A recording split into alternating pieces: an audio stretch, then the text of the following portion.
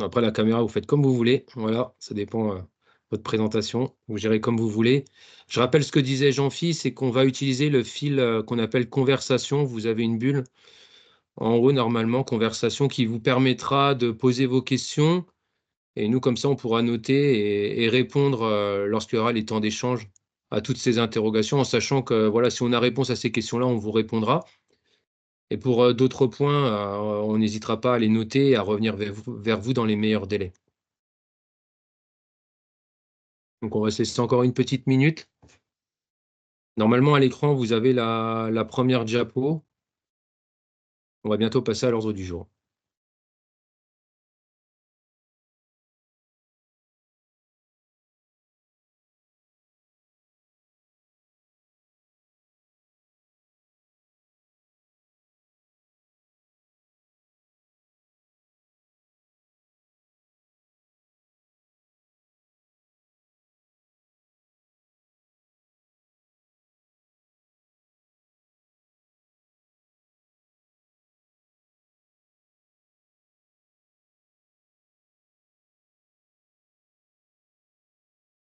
Bon, allez, on va commencer.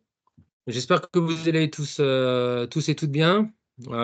C'est une visio qu'on n'avait pas l'habitude de faire, mais suite à la demande de plusieurs clubs, on trouvait opportun de la réaliser. On va faire en sorte qu'elle soit dynamique. L'objectif principal, c'est de vous présenter la réforme qui avait été dans un premier temps évoquée avec vous au mois de janvier. Donc, on va revenir sur quelques points. On fera un point sur les classements en sachant que ceux-ci sont prévisionnels parce qu'on n'est pas à l'abri. Il y a encore quelques dossiers en réserve, notamment et sur les enjeux régionaux d'accession et de rétrogradation. On est aussi dépendant pour certains groupes de ce qui va se passer en Ligue. Donc, en tout cas, ce qu'on va vous présenter à l'heure actuelle, ça reste du prévisionnel, mais au moins, ça permettra à chacun d'entre vous d'avoir toutes les informations. Et je rappelle pour ceux qui viennent de se connecter, il y a six nouvelles personnes qui viennent de se connecter, que n'hésitez pas à ouvrir votre fil de conversation et de poser toutes vos questions de manière à ce qu'on puisse y répondre. Allez, Et oui, bonjour. Bernard. Et cette réunion sera enregistrée, donc vous pourrez revoir la visio pour les éducateurs dans le club qui ne sont pas là ce soir. Alors, première chose, est-ce que vous voyez tous à l'écran la première page de ce PowerPoint? Bernard, c'est bon? OK. Alors voilà, puis n'hésitez pas à couper votre micro durant le temps de présentation. On aura la possibilité, vous pourrez lever la main et on vous donnera la parole durant le temps des questions-réponses. Donc on revient très rapidement sur le premier point, sur l'architecture des compétitions 2024-2025. Je vais aller très rapidement là-dessus. Alors j'espère que tout le monde en avait pris connaissance, mais ça permet de faire un petit rappel. Juste vous dire... Allô? Ouais, il y a quelqu'un qui n'a pas coupé son micro? Ouais, n'hésitez pas à couper votre micro. Je rappelle ce qui se passait cette année, des compétitions en U12, U13, U14, U16 et U18. À partir de l'année prochaine, il y a une modification. Je vous rappelle que cette réforme des compétitions est liée notamment à ce qui se passe au niveau régional cette année, avec non plus 3 niveaux régionaux sur 2 années d'âge, mais 2 niveaux régionaux sur chaque année d'âge, c'est-à-dire qu'il y aura des championnats U14 R1 R2, U15 R1 R2, U16 R1 R2, et ceci jusqu'en U19 avec la particularité des U19 où il y aura un seul championnat régional. Donc nous, il y avait une vraie réflexion à avoir parce qu'il y avait des alimentations d'équipes à avoir sur ces niveaux régionaux. Et suite à des questions vis-à-vis des clubs qui a été réalisé sur l'ensemble du territoire champardonnais, sur le territoire champagnardais, donc l'unanimité, c'est d'avoir des championnats sur U13, U15 et U18 avec une petite particularité sur un championnat aller-retour en U14 et U16 qui aura lieu, qui sera mis en place dès la saison prochaine. Alors, ça peut être un peu lourd à digérer. On va dire tout au-dessus des pointillés, c'est l'organisation des championnats régionaux qui vont se faire sur une saison complète, en R1 et en R2. L'organisation que vous voyez en dessous des pointillés, c'est l'organisation actuelle. U12 où il y avait 2 niveaux de pratique, un troisième qui s'est passé sur la phase 2. U13 à 3 niveaux, U14 c'était à 2 niveaux, U16 à 2 niveaux et U18 à 2 niveaux. Donc à partir de la saison prochaine, disparition de la U14D2 et U15D2 et U16D2, pardon, et apparition de ces de ce championnat U15 à 2 niveaux, pardon. Alors, ce qui se passe en fin de saison, c'est qu'il il y a des glissements. On reprend ce qui est fait au niveau régional. C'est-à-dire que là, vous voyez ce qui se passe au niveau aussi bien régional que départemental, avec ces fameuses flèches. On vous renverra ce document. N'oubliez pas de couper votre micro. Merci. Donc, d'une manière là, c'est au niveau du schéma. On vous l'avait présenté, je vous rappelle, au mois de janvier. Là, c'est pareil, c'est un peu lourd à comprendre, mais la projection des groupes se fait à partir des générations précédentes. Alors, je vais juste prendre l'exemple de ce qui va se passer en U13. L'année prochaine, le groupe U13D1 est constitué des 10 équipes qui étaient en U12D1, plus les premiers de chaque poule U12D2. En U13D2, on aura donc 2 groupes de 10 équipes, avec 16 équipes issues des U12D2, plus 4 équipes. Voilà, il n'y avait qu'une seule poule en U12D3, les premiers à quatrième qui accéderont à ce championnat U13D2. La U12D1 et U12D2, elle restera sur les engagements libres, et toutes les autres catégories jusqu'en U18, ce sera des glissements de génération. Avec un petit focus, hein, U14 et U16, je l'ai dit en préambule, avec des championnats qui sont sur toute la saison en aller-retour. Voilà. Alors ça, ce document-là, vous aviez une annexe. Alors, je ne sais pas si tout le monde prête attention au règlement, mais il y avait une annexe qui précisait toutes ces compositions de groupe. Alors, beaucoup d'écriture. On a fait le point actuel sur les championnats. On va commencer par les U12. Tous ceux qui sont en vert clair, donc en U12D1, et donc plus Christo qui finit premier de U12D2 et Dizzy qui finit premier de U12D2, seront l'année prochaine en U12D1. Ceux qui sont en orange, c'est un transfert, c'est ceux qui composeront les 2 poules de U13D2. Sur la droite, vous avez les championnats U13 avec les championnats interdistricts. Les 3 premiers, Sedan, Racing Club d'Épernay, Stade de Reims, basculeront en U14 R1. Donc vous avez une petite légende tout en bas. Ces documents-là, on vous les renverra, bien sûr, à l'issue de la réunion. Et de la même façon, on aura les 4e à 9e qui seront U14 R2 et la composition de cette nouvelle poule U14 D1 qui va concerner toutes les équipes de U13 D1, plus les premiers de chaque poule de U13 D2, à savoir Dizzy et Vitry-les-Reims. Kevin, Alors, oui, t'as fait juste confusion. Les U12D1 montent bien en U13D1. ouais, j'ai peut-être, excusez-moi, ouais. Voilà. U12 D1, Hein, ça donc, passe en U13 D1, U12 voilà. D2, ça passe en U13 D2 pour certaines. Voilà. On rappelle le principe au niveau de la ligue qu'on a suivi, c'est qu'à partir du moment où votre équipe se maintient au niveau où elle est, elle glisse dans la catégorie dans le championnat suivant. C'est Voilà. ça. Alors, on a une projection après, pareil. U14 D1, tous ceux qui sont en vert clair constitueront la poule de U15 D1. Du côté, alors U16, c'était un peu particulier parce qu'il y avait un double avantage en être en U16 D1, c'est-à-dire que ceux qui sont en vert foncé auront une place et en U16 D1 et en U18 D1. Actuellement, le club de Reims-Sainte-Anne, lui, n'aura pas d'équipe en U18 D1, mais juste en U16 D1, en sachant qu'on verra par la suite sur les groupes prévisionnels, il y a aussi des dossiers en instance, j'en parlerai juste après. Et en U16 D2, les premiers de chaque poule basculeront dans ce championnat U16 D1. Alors, un peu lourd à voir, mais on a essayé de retracer l'ensemble de vos équipes. C'est-à-dire que vous voyez en bleu clair les équipes qui seront U14 R1 et R2, par exemple. Voilà. Donc, essayez de visualiser où sont vos équipes. On ne va pas les énumérer une par une. Ça reste des classements prévisionnels, en sachant qu'on a mis sur les niveaux D1 en vert ceux qui accèdent du niveau D2 à un niveau D1. Donc U13, on avait fait un état des lieux juste avant. U13D2, vous le voyez juste en bas. U14D1, vous avez les 12 équipes. Donc c'est des poules de 12 au niveau D1, sauf pour les U18. On va refaire un petit point sur la poule U15D1. On a 2 descentes de ligue, des équipes qui étaient en U14R2, à savoir Reims-Sainte-Anne et Vallée de la Suippe, qui étaient en U14R2 et qui basculent du fait qu'ils descendent en U15D1. Et ça a un impact, parce que ça s'est joué à la dernière journée, sur un match de barrage qui devra être mis en place pour avoir ces 12 équipes entre Cormontreuil et Wary. On fera le tirage au sort juste après pour savoir qui reçoit, qui aura lieu le samedi 22 juin. Et donc, le vainqueur de ce barrage sur un match sec accédera à cette poule U15D1. Alors, U16D1, vous avez les accessions en vert de Avise, La Neuvillette, Jamin 2 et Cézanne, qui étaient en U16D2. Et on a aussi actuellement, entre Haï et Sainte-Anne-2, des dossiers en appel ou en commission qui seront débattus prochainement pour savoir qui de ces deux équipes aura une place en U16D1 l'année prochaine. Donc, je vous laisse un peu prendre connaissance de tout ça. On vous le renverra. Je vous rappelle que c'est du prévisionnel. Voilà. À noter aussi la nouvelle poule des U19 R1 avec les clubs de Côte-des-Blancs, Cernay-Berru et Tessy qui ont gagné leur ticket pour la U19, U19 R1. Et notez dès maintenant les dates limites d'engagement. On va se voir prochainement avec le comité directeur.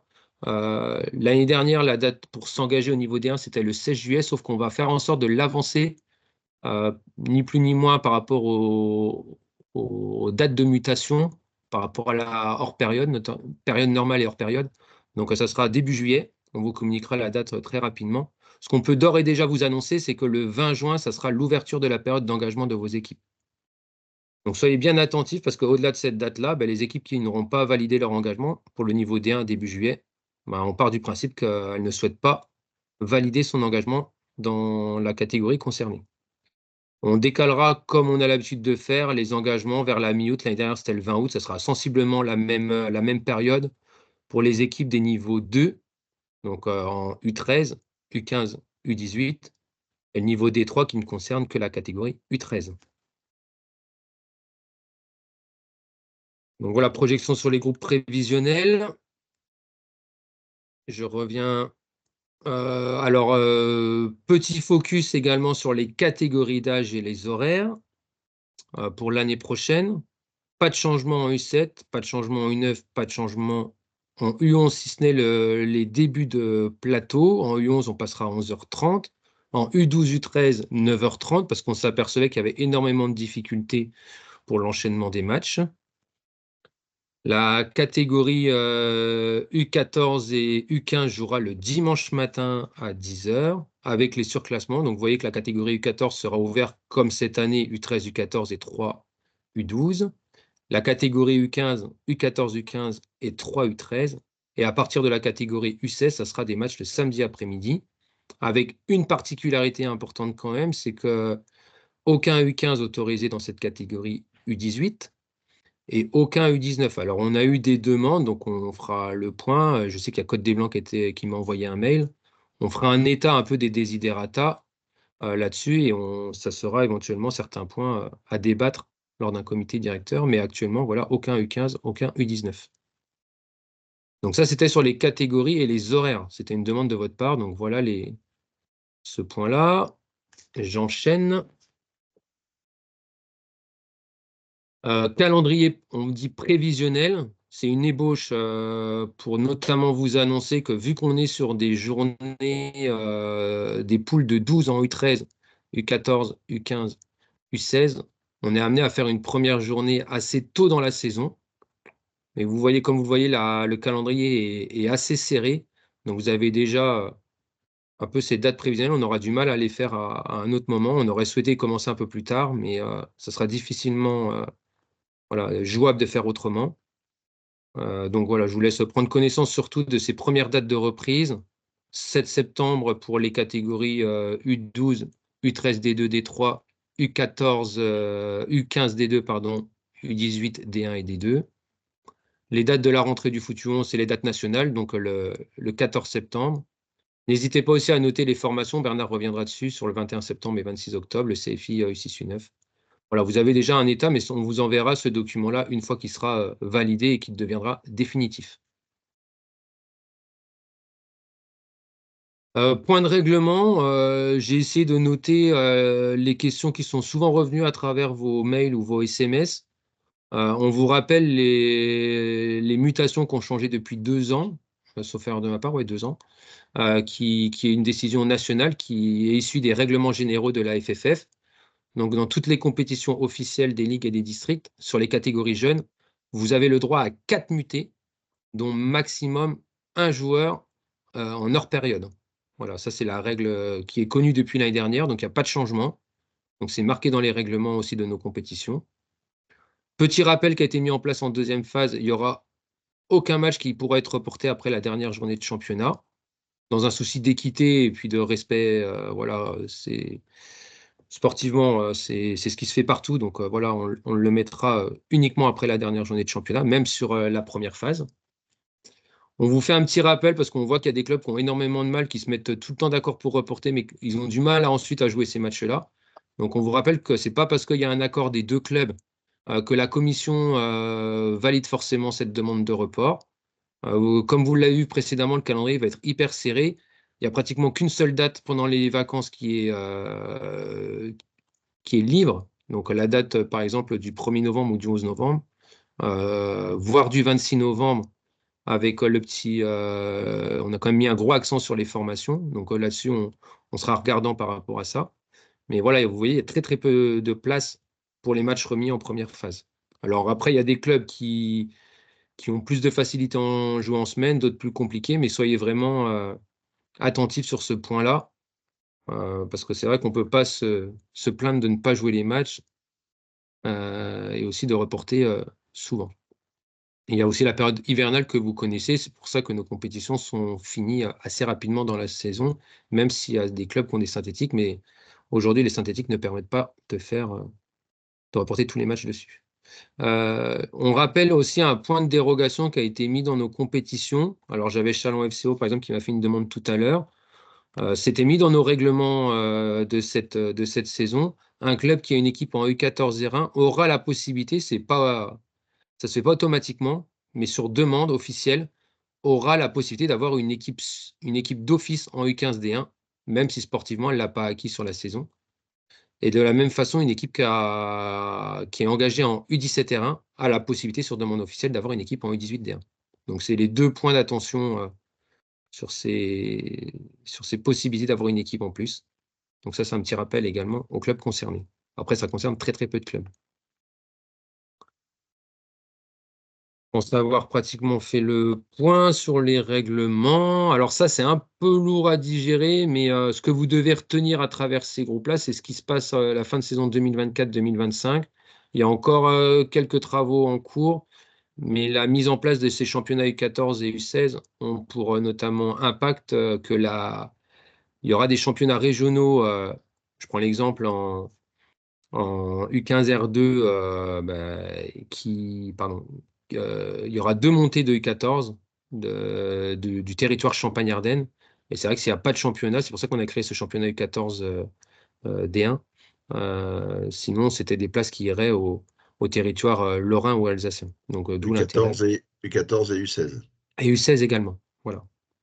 Donc là, voilà, c'est pour que vous ayez une projection sur la saison 2025-2026. Mais la priorité, déjà pour vous, c'est bien d'assimiler ce qui va se passer au début de la saison 2024-2025. Voilà, mais je trouvais utile quand même de vous présenter cette diapo. Sur la partie compétition, parce qu'ensuite on a deux autres points, sur tout ce qui va concerner le PPF avec Bernard. J'ai essayé d'être rapide, on a mis 20 minutes, donc j'avais dit que j'en allais essayer d'être dynamique. Donc on va regarder s'il y a des questions particulières. Je vais essayer de les lire au fur et à mesure. Et s'il y en a qui n'ont pas écrit leurs questions, n'hésitez pas à cliquer sur lever la main et je répondrai à vos questions. Alors, première question, qu'en est-il des clubs des U18-D1 de cette année? Alors, vu que c'est un glissement générationnel, les équipes U18, que ce soit D1 ou D2, il y a pas d'acquis. Donc, c'est des équipes qui disparaissent du schéma des compétitions départementales, comme ça se fait aussi au niveau régional. Bernard a répondu d'ailleurs.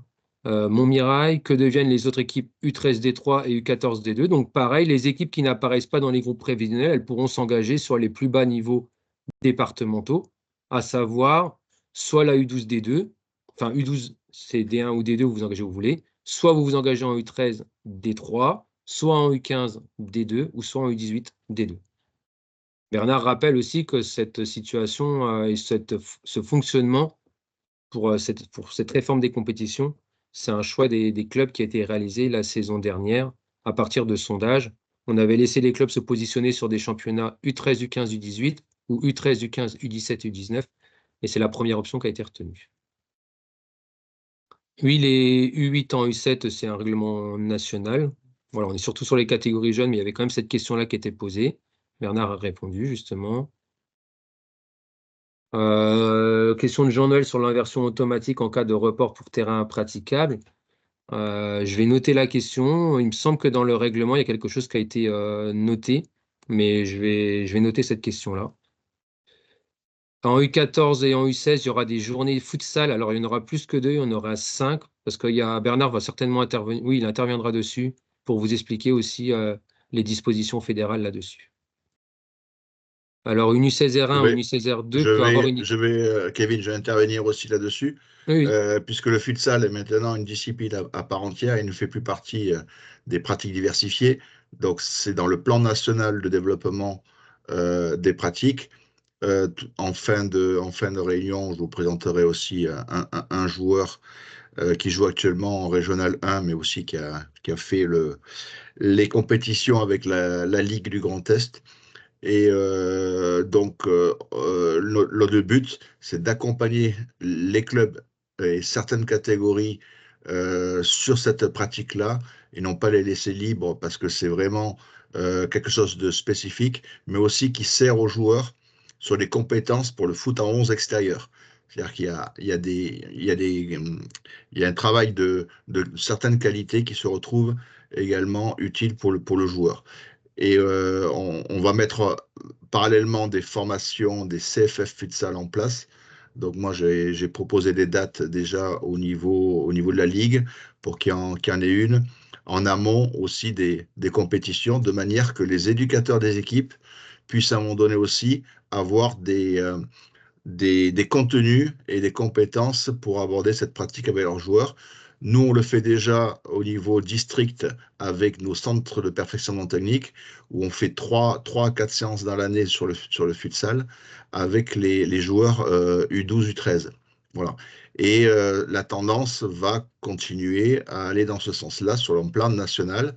Et les ligues et les districts vont devoir proposer à un moment donné un plan de développement pour cette pratique-là. Et je vous rappelle que la France, pour la première fois, est qualifiée sur la phase finale d'une Coupe du Monde.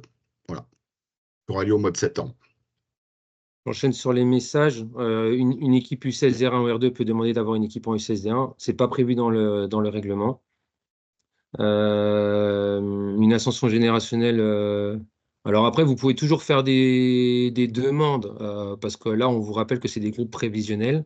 On étudiera au cas par cas, en cas de désistement d'équipe, s'il y a des clubs qui veulent, voilà, par exemple, qui étaient en U16D2, qui veulent accéder en U16D1. Donc n'hésitez pas à nous faire des demandes, parce que pour être très clair, une fois qu'on aura établi la date butoir pour les niveaux D1, s'il y a des désistements d'équipe, on regardera forcément le niveau sportif des équipes, mais le fait de faire un petit courrier, au moins, ça nous met tout de suite en alerte et ça nous fait gagner du temps. Est-il possible d'inscrire deux équipes en U13-D3? Oui. On rappelle que même en U13-D3, sur les derniers niveaux départementaux, sur ce niveau-là, elles peuvent être également dans une même poule géographique. Pour le match de barrage Cormontreuil-Wary, est-il possible d'avoir plus d'informations? Alors, bah, plus d'informations, c'est que les règlements, quand vous lisez les règlements, c'est que vu qu'il y a deux descentes de U14D2, il y a un match de barrage qui était prévu. Donc, ça sera un match de voilà, 2 fois 40 minutes. Si match nul, tir au but. Et on va faire le tirage juste. Bon, on va le faire maintenant pour vous savoir qui de Cormontreuil ou de Wary va recevoir. Donc, je vais le faire en direct. Voilà, vous montez deux boules. Voilà, OK.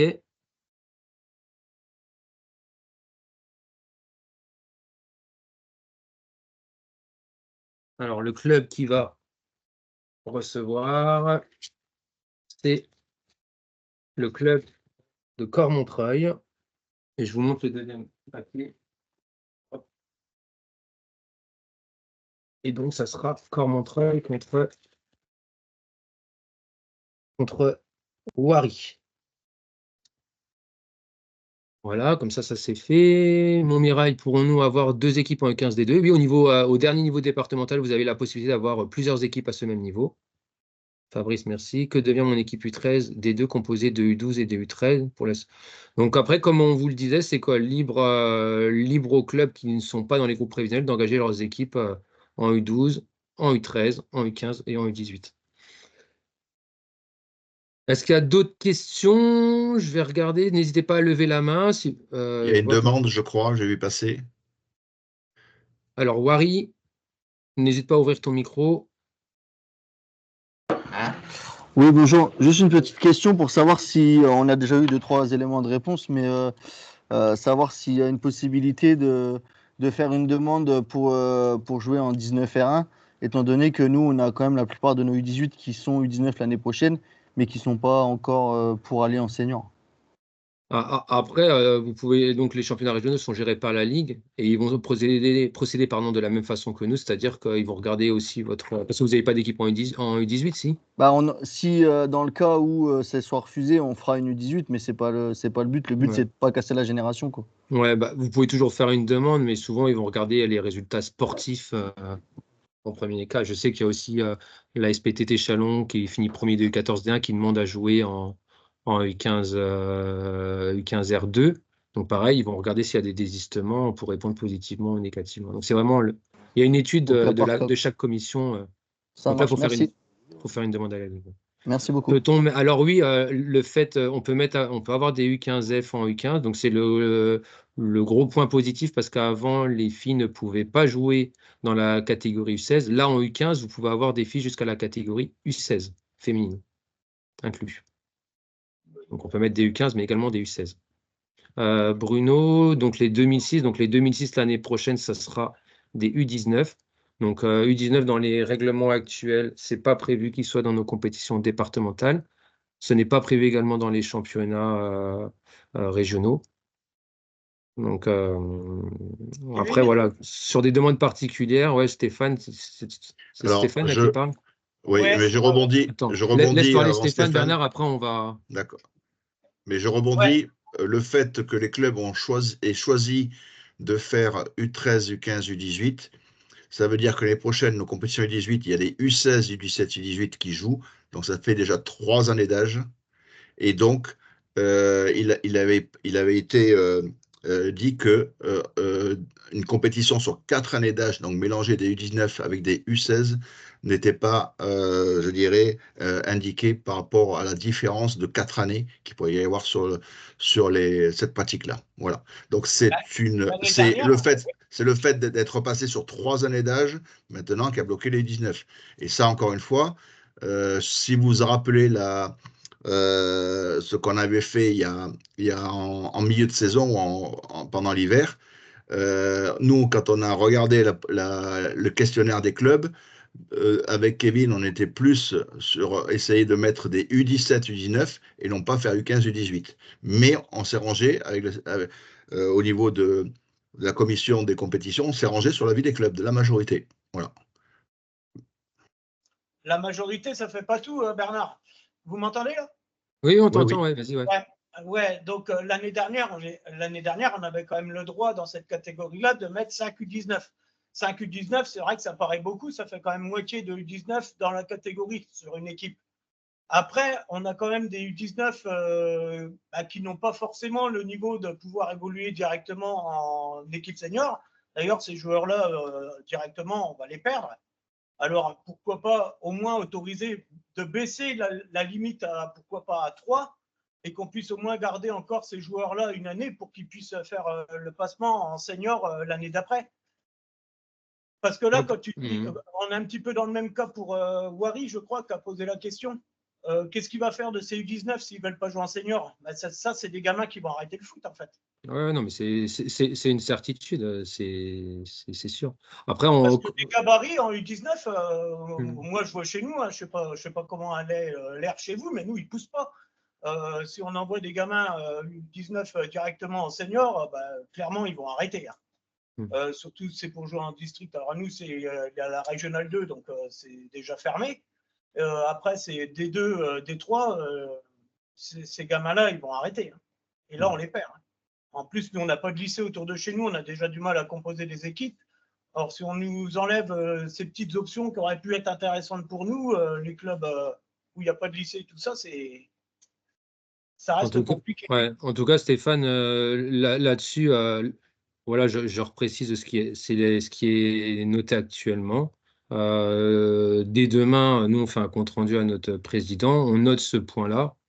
À l'inverse, tu vois, tu as aussi le club de Cernay-Berru qui demande à faire un double surclassement pour des U15. Donc, à un moment donné, il y aura forcément des choix qui vont être entrevés parce qu'on ne pourra pas. Enfin, déjà, tu t'imagines U15, U16, U17, U18, U19, là, c'est ingérable.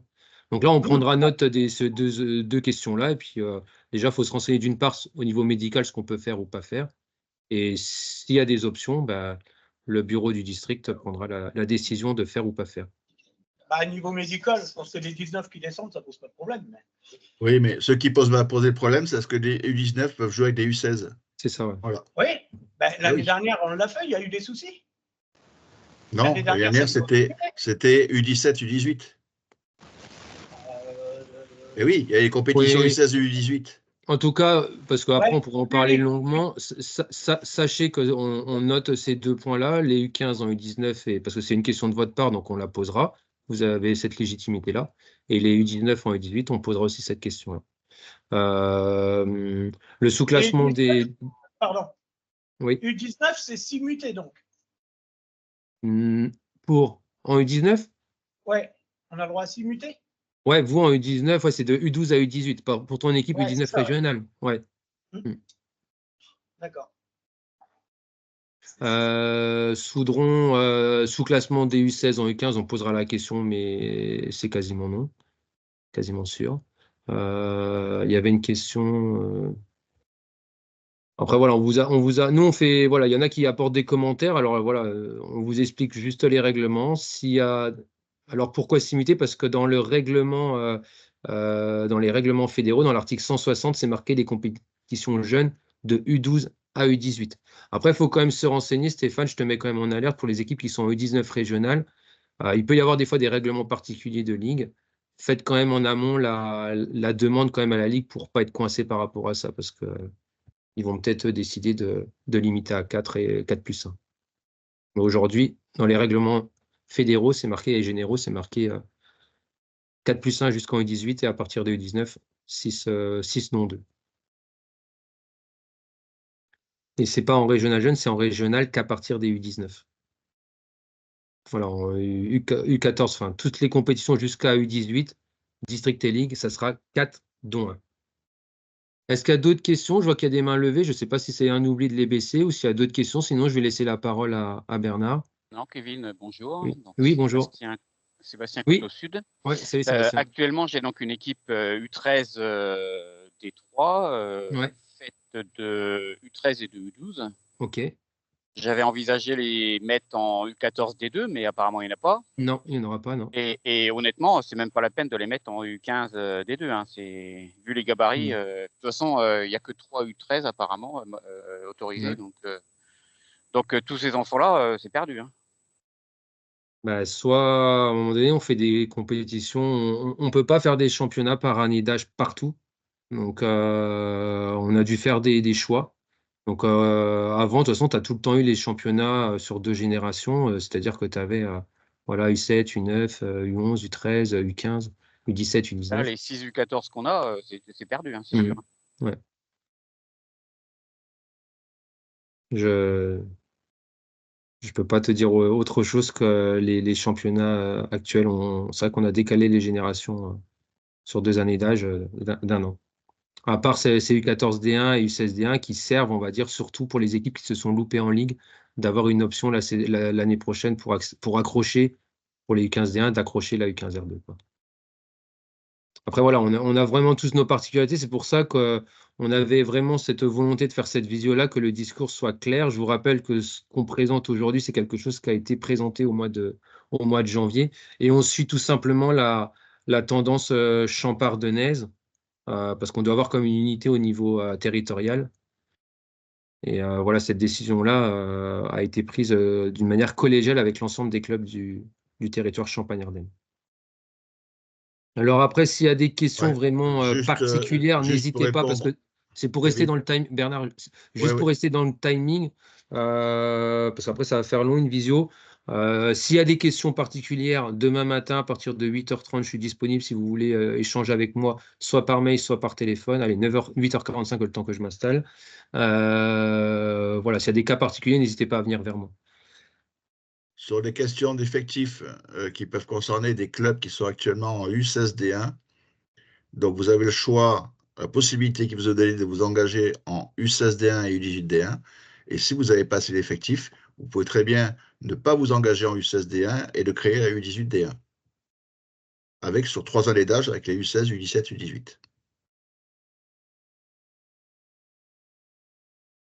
Et juste pour la dernière, ce que mettait Bernard, c'est vrai que vu qu'on a créé, c'est vrai que la catégorie U16 qui était un petit peu alambiquée, parce qu'on ne pouvait pas faire U16, U17, U18, là, ça aurait été ingérable pour les clubs. Et c'est vrai que cette catégorie U16, elle permet pour cette année d'avoir ce double acquis, on va dire, pour les U16D1, ce qui ne sera pas le cas l'année prochaine, où on sera vraiment sur du transfert total. Si cela vous convient, est-ce qu'il y a d'autres questions? Oui, non. On vous rappelle qu'on vous enverra les documents présentés lors de cette visio assez rapidement. Sinon, on va enchaîner avec Bernard. Allez, moi j'ai 2 ou 3 sujets en information.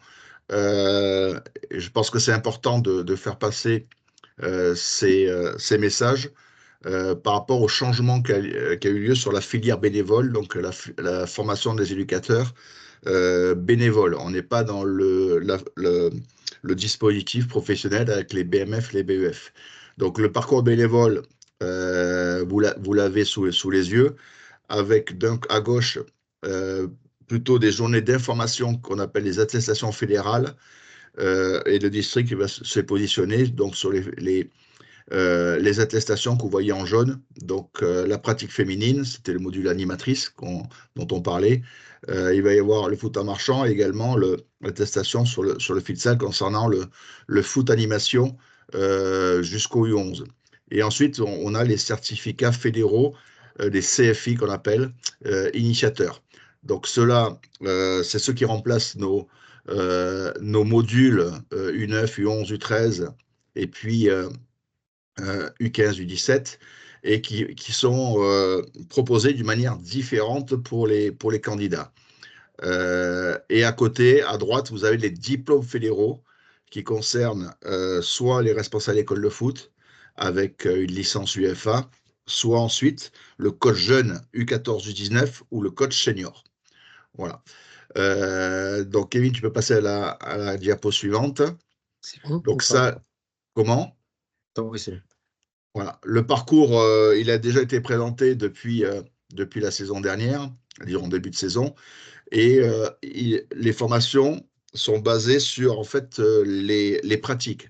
Donc nous avons le foot à 4, foot à 5 qui concerne les éducateurs qui encadrent les catégories U6 à U9.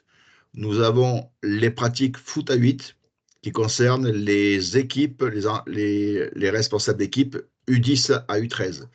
Et nous avons le foot à 11 ensuite, avec nos compétitions U14 à U19. Et enfin, les entraîneurs des équipes seniors de niveau district. La formation se fait sur une alternance et se fait en discontinu sur un volume de 24 heures. Avant, les candidats venaient 32 heures en formation, donc ils se déplaçaient sur 2 modules pour pouvoir avoir leur CFF. Maintenant, ils ne se déplacent que sur 2 fois 6 heures. Le reste de la formation se fait de chez eux en distanciel et dans le club. Donc, vous avez le pourcentage. Donc, vous voyez que de chez soi, ben, c'est 17 à 17%. Et un tiers se fait en club, en mise en situation pédagogique. Voilà. On regarde, la formation démarre en distance avant qu'on retrouve les candidats sur le bloc 1. Donc, il y a un temps aussi à consacrer avant de venir en présentiel sur la formation. Vous avez ensuite, entre le bloc 1 et le bloc 2, cette période de pratique en club sur le plan pédagogique, avant qu'on ne fasse revenir les candidats 4 ou 5 semaines ou 6 semaines ensuite. Donc, on demande aux candidats non seulement de digérer les informations, mais aussi d'avoir une organisation dans le suivi de leur formation. Hein. Voilà. Donc, retenez il y a moins de contraintes sur les candidats. Par contre, il y a un peu plus d'autonomie et de prise en compte par le candidat de sa formation en disant comment je vais la mener. Tu peux avancer, Kevin? Ouais. Voilà. Alors, ça, c'est un autre schéma. Mais vous voyez, je vous l'ai mis surtout par rapport au premier bloc, le bloc 1, que vous avez vu tout à l'heure. Et en fait, avant ce bloc 1, dans les 10 jours qui précèdent la venue du candidat en présentiel, eh bien, la formation doit déjà démarrer pour lui. Donc, il y a des outils qui vont être à disposition de chez lui, à s'organiser dans les 10 jours qui précèdent pour commencer à se sensibiliser au format de la formation et à certains contenus qu'on ne va plus dispenser en distanciel pour l'obliger à venir, mais il va s'organiser de chez lui pour regarder ces contenus et y répondre. Voilà.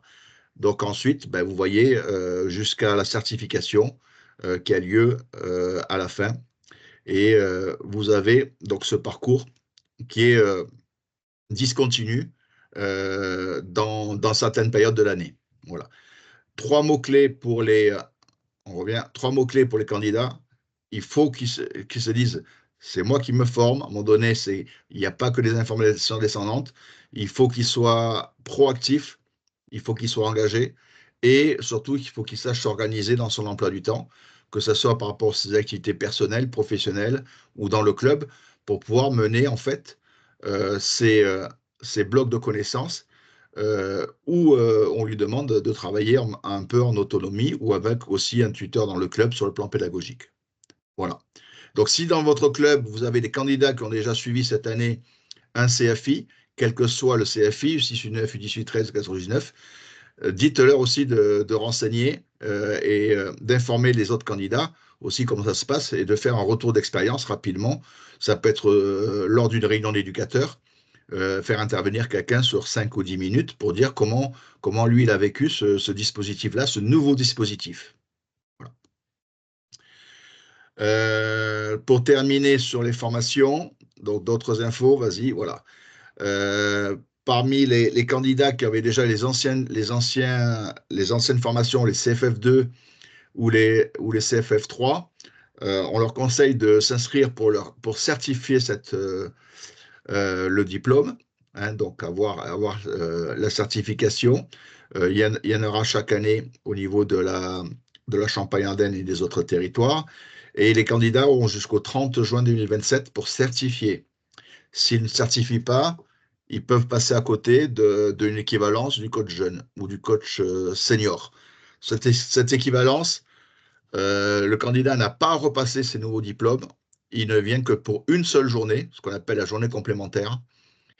Et ces candidats qui ont le CFF2 ou le CFF3 qui ont déjà certifié, ben, ils peuvent se présenter et s'inscrire à la journée du 19 octobre pour avoir ce diplôme-là. Donc, soit s'ils sont sur les catégories foot à 11 chez les jeunes, pour avoir le coach jeune, s'ils sont avec les seniors, pour avoir le coach senior. Voilà.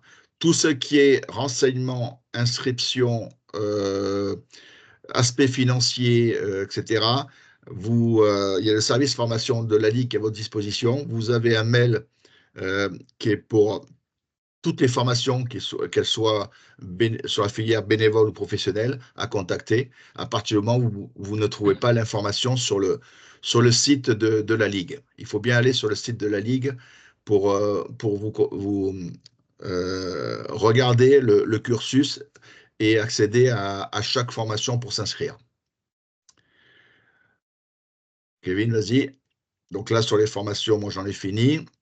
Autres infos qui ne sont pas encore claires au niveau des clubs et des responsables techniques. Pourtant, ça fait 2 ans, nous, qu'on a démarré ce cursus-là. Donc, c'est la fédération qui a changé le système de détection sur les U12, U13. Avant, on voyait les joueurs 2 fois. On les convoquait par secteur un mercredi après-midi en mars. Les meilleurs, on les sélectionnait, on les retenait pour une journée finale au Crêpes de Reims au mois d'avril, pendant les vacances. Et ensuite, ça basculait soit sur le pôle espoir pour les meilleurs, soit sur la catégorie 14 l'année suivante. Donc, on ne les voyait que 2 fois sur des opérations de détection. Là, la détection, la fédération demande à ce que la détection, le projet, soit un peu plus continu et suivi dans la saison. Donc, de suivre un joueur ou des joueurs ou des joueuses un peu plus longtemps et de les avoir un peu plus longtemps avec nous. Donc, vous avez les étapes. Donc, il faut d'abord détecter, identifier les potentiels, les compétences. Et une fois qu'on a identifié, c'est aider le joueur, donc l'accompagner, le conseiller, participer à sa formation et améliorer ses compétences. Et enfin, l'informer et l'orienter par rapport aux compétences qu'il peut développer et qui lui permettent d'accéder à un moment donné à des filières vers le niveau national ou vers le niveau régional. Tu peux avancer.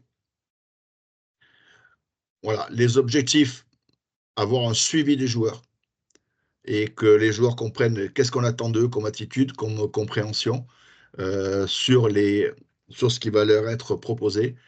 Donc, améliorer leurs compétences. Pour certains, c'est leur faire voir et leur permettre d'accéder à des séances au niveau Champagne-Ardenne et que les responsables aussi des pôles, donc du pôle espoir de Reims, puissent aussi les voir en amont des tests d'entrée, donc à partir des U12, et avoir, nous, un discours d'accompagnement du joueur par rapport de dire, accéder au niveau national, alors je dirais professionnel, c'est très très peu qui vont y arriver, mais le rêve, il faut aussi le garder. Ce qui compte pour nous, c'est la réussite du jeune. Voilà, qu'il accède au niveau professionnel, national ou régional, à un moment donné, c'est de lui permettre d'accéder à son accomplissement personnel et sportif. Voilà. Donc, nous avons aussi ce rôle d'information et d'orientation. On discute avec les coachs, on informe les parents sur ce dispositif. Donc, les groupes d'entraînement ne sont pas figés. Là, il y a des détections. Des joueurs sont convoqués là, sur des mercredis, sur des jeudis soirs. On les a vus la plupart déjà sur les plateaux, sur les compétitions U12. Il y a d'autres joueurs qu'on verra au mois de septembre. On va continuer à regarder, à identifier des joueurs en septembre-octobre.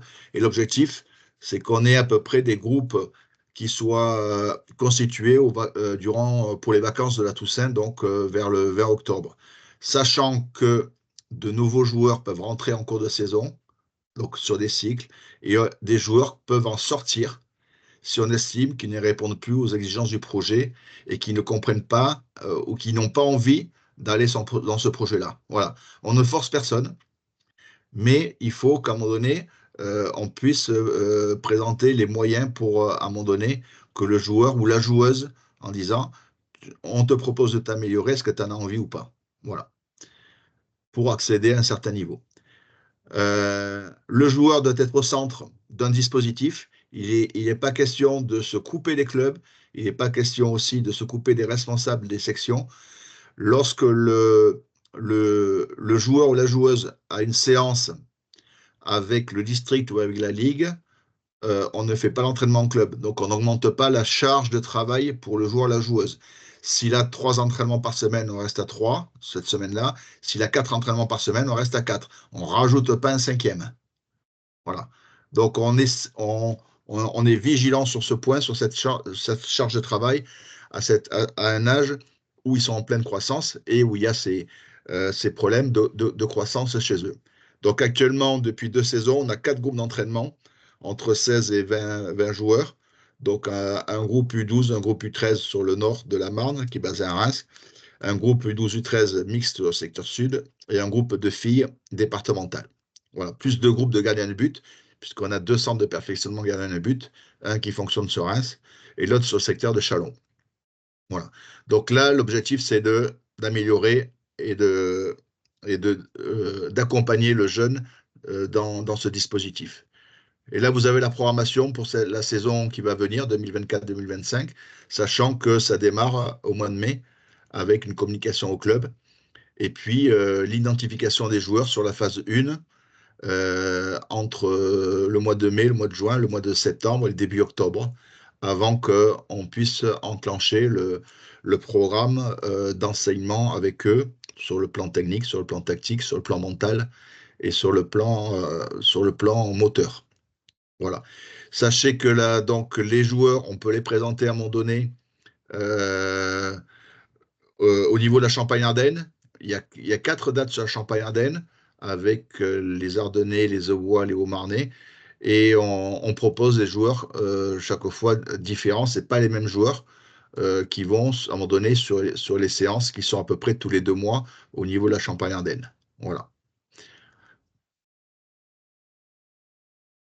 Vas-y, Kevin.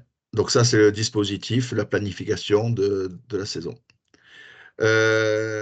Après, je répondrai, ou si vous voulez ensuite, vous pouvez m'envoyer un mail perso, je veux dire là-dessus.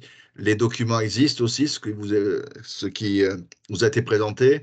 Il y a un article avec les convocations qui vous reprécise les enjeux du projet et comment le projet est mené dans le département. Ça se fait partout en France, hein, donc ce n'est pas moi, ce n'est pas Jean-Philippe, ce n'est pas Laurent qui avons pris l'initiative. Nous, c'est des directives fédérales sur le système de détection qu'on nous demande de mettre en place et de suivre. Les autres sujets sur la saison prochaine, donc c'est le district qui va engager des réflexions, peut-être des mesures qui seront votées en comité directeur. Donc là, pour l'instant, on est plutôt sur les constats, l'état des lieux de la réflexion, de l'analyse. Et il y a donc 2 choses. Il y a la politique fédérale, donc où il y a encore certains clubs qui sont réticents par rapport aux orientations qui sont proposées sur le plan national et qui sont donc forcément appliquées sur le département par le district. Il y a le problème quand on se déplace sur des climats de rencontres, sur certaines rencontres sur le foot animation, mais si on n'y va pas dessus, on ne peut pas le savoir.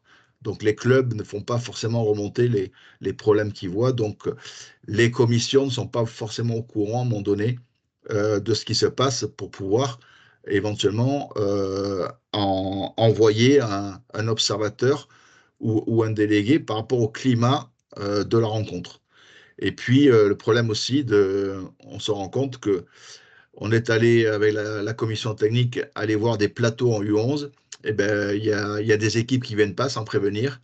Et en fait, il y a des fois, il y a qu'un tiers des équipes ou 2 tiers qui sont vus, alors que les observateurs étaient mandatés pour aller voir certains joueurs qu'ils n'ont pas pu voir puisqu'ils étaient sur une autre action à l'initiative du club.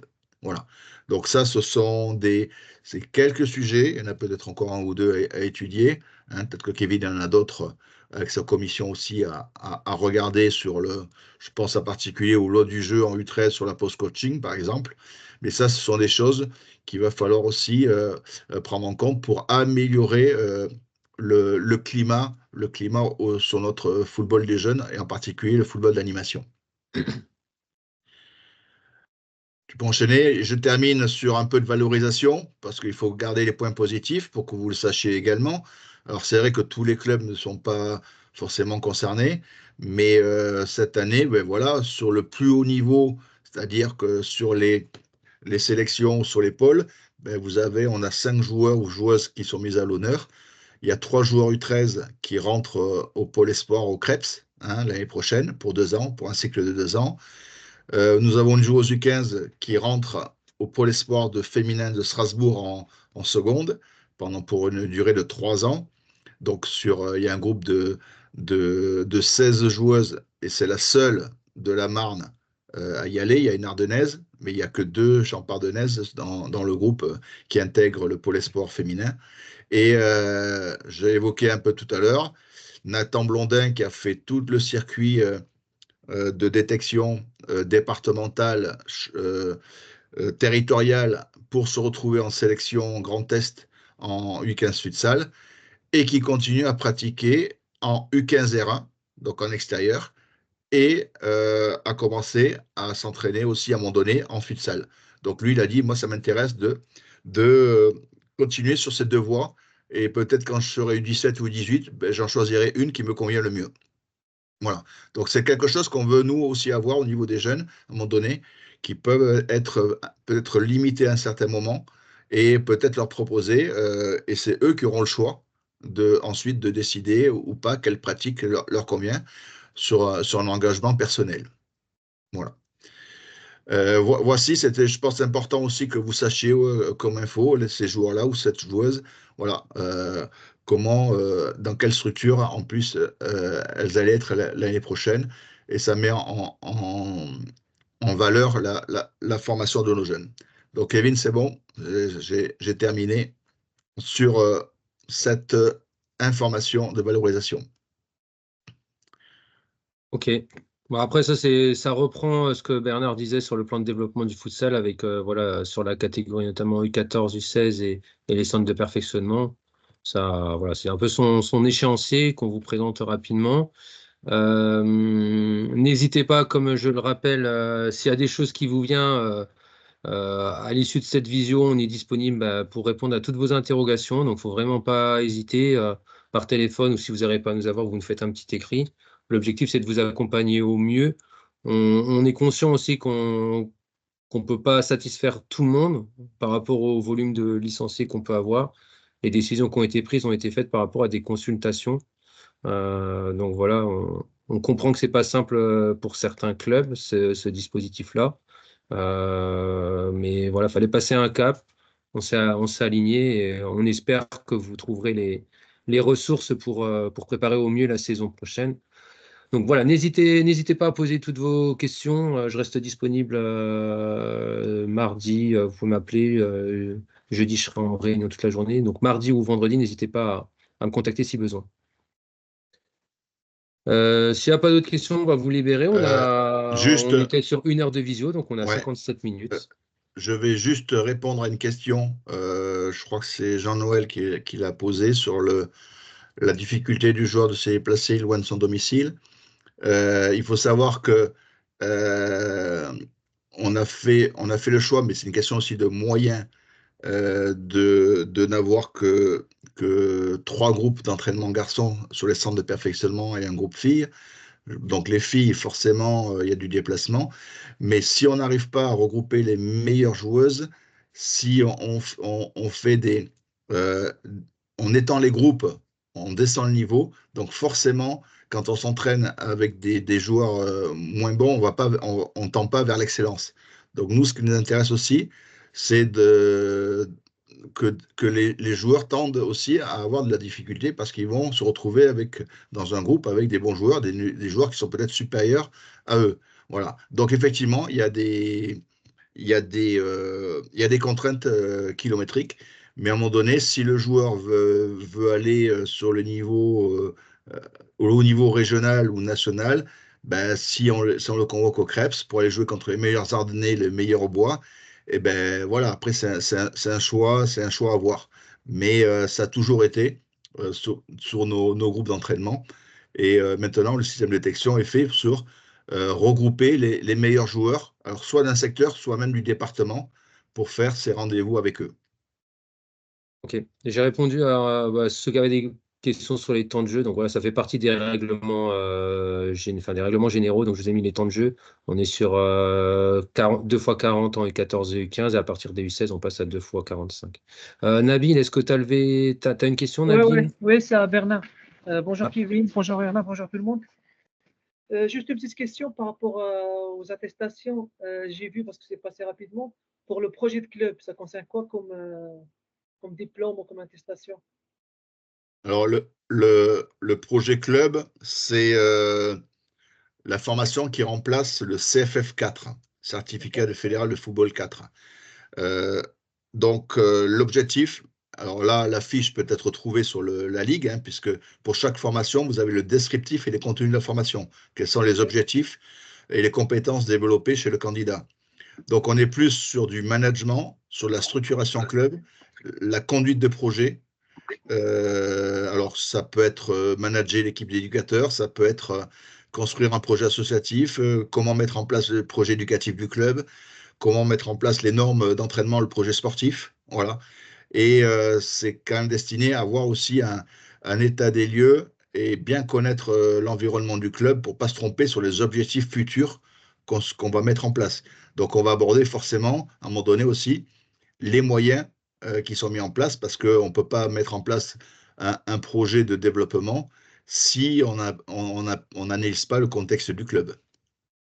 Voilà. D'accord. Donc, on est plus sur du responsable technique jeune, président de club, vice-président, des dirigeants qui sont responsables aussi du développement de leur club à 2, 3, 4, 5 ans, 6 ans. Voilà. Justement, bah écoute, merci, ça m'intéresse et il faut que je me rapproche de toi après, je pense demain, un truc comme ça pour que tu me donnes plus de détails parce que ça va pas intéresser forcément tout le monde. C'est pour ça que je ne veux pas monopoliser la Ouais. parole et le temps. Je ne sais pas si ton adresse mail il est là ou un téléphone que je peux te contacter demain pour avoir Oui, plus de demain détails. matin, il n'y a pas de souci. Ça marche. T'as les coordonnées de Bernard, Nabil, ou pas? Non, non, pas du tout, justement. Si tu peux me l'envoyer. Tiens, je te le note, BQRL. Tu vois, là, c'est bon. Parfait. Donc là, la formation sera sur le même système que les autres présentés, c'est-à-dire avec 2 blocs séparés d'1 mois, 5 semaines entre les 2 blocs. C'est le même dispositif. Ça sera en février-mars. Nickel, c'est parfait. Donc les dates des formations seront communiquées vers la mi-juillet sur les sites de la Ligue et du district. Okay. Parfait. Actuellement, nous avons, je termine là-dessus pour les formations, nous avons fait un appel à candidature à certains clubs qui ont l'habitude de recevoir les formations et qui ont les structures pour recevoir les formations, c'est-à-dire le clubhouse, la restauration et le terrain. Voilà. Et Donc, voilà. un dernier point, Bernard, vous parlez des formations et je rebondis aussi sur une des dernières questions. Il y a un statut des éducateurs qui est mis en place au niveau de la Ligue. Donc, pour les équipes régionales, vous avez des obligations de diplôme.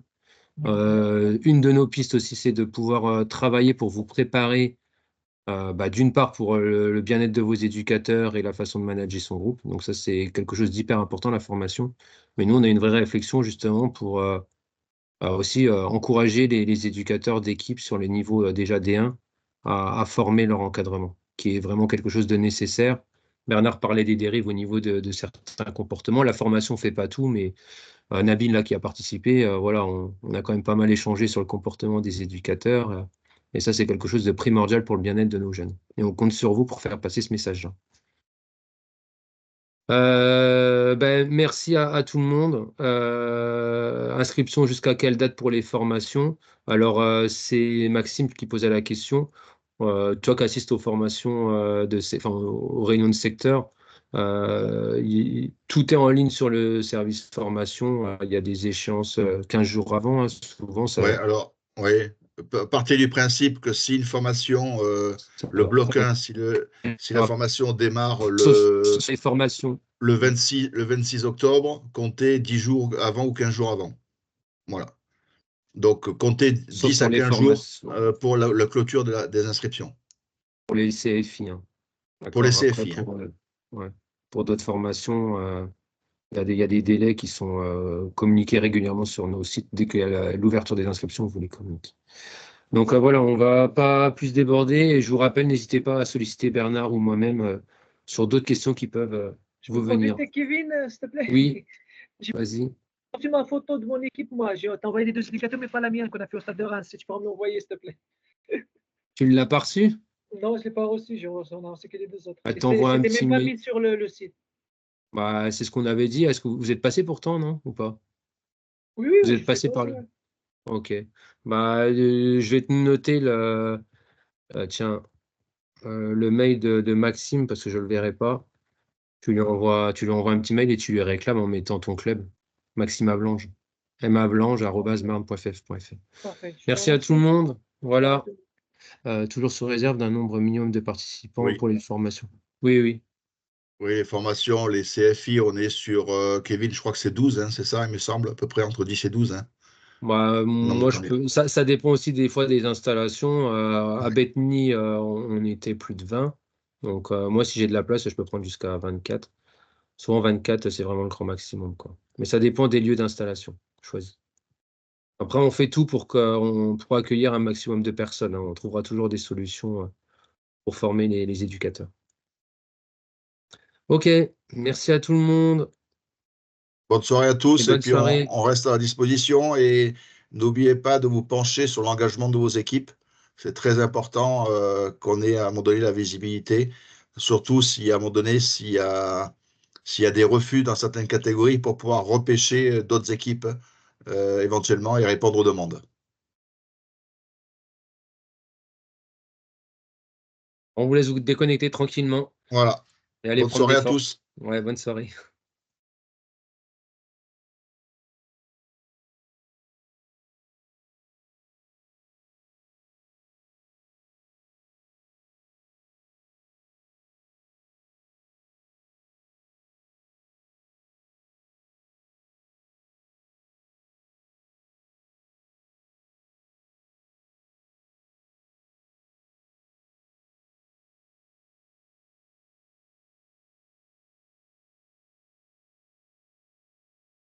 Bon, bonne soirée à tout le monde. Je vais couper. Voilà, je vais arrêter la réunion. À bientôt. Au revoir.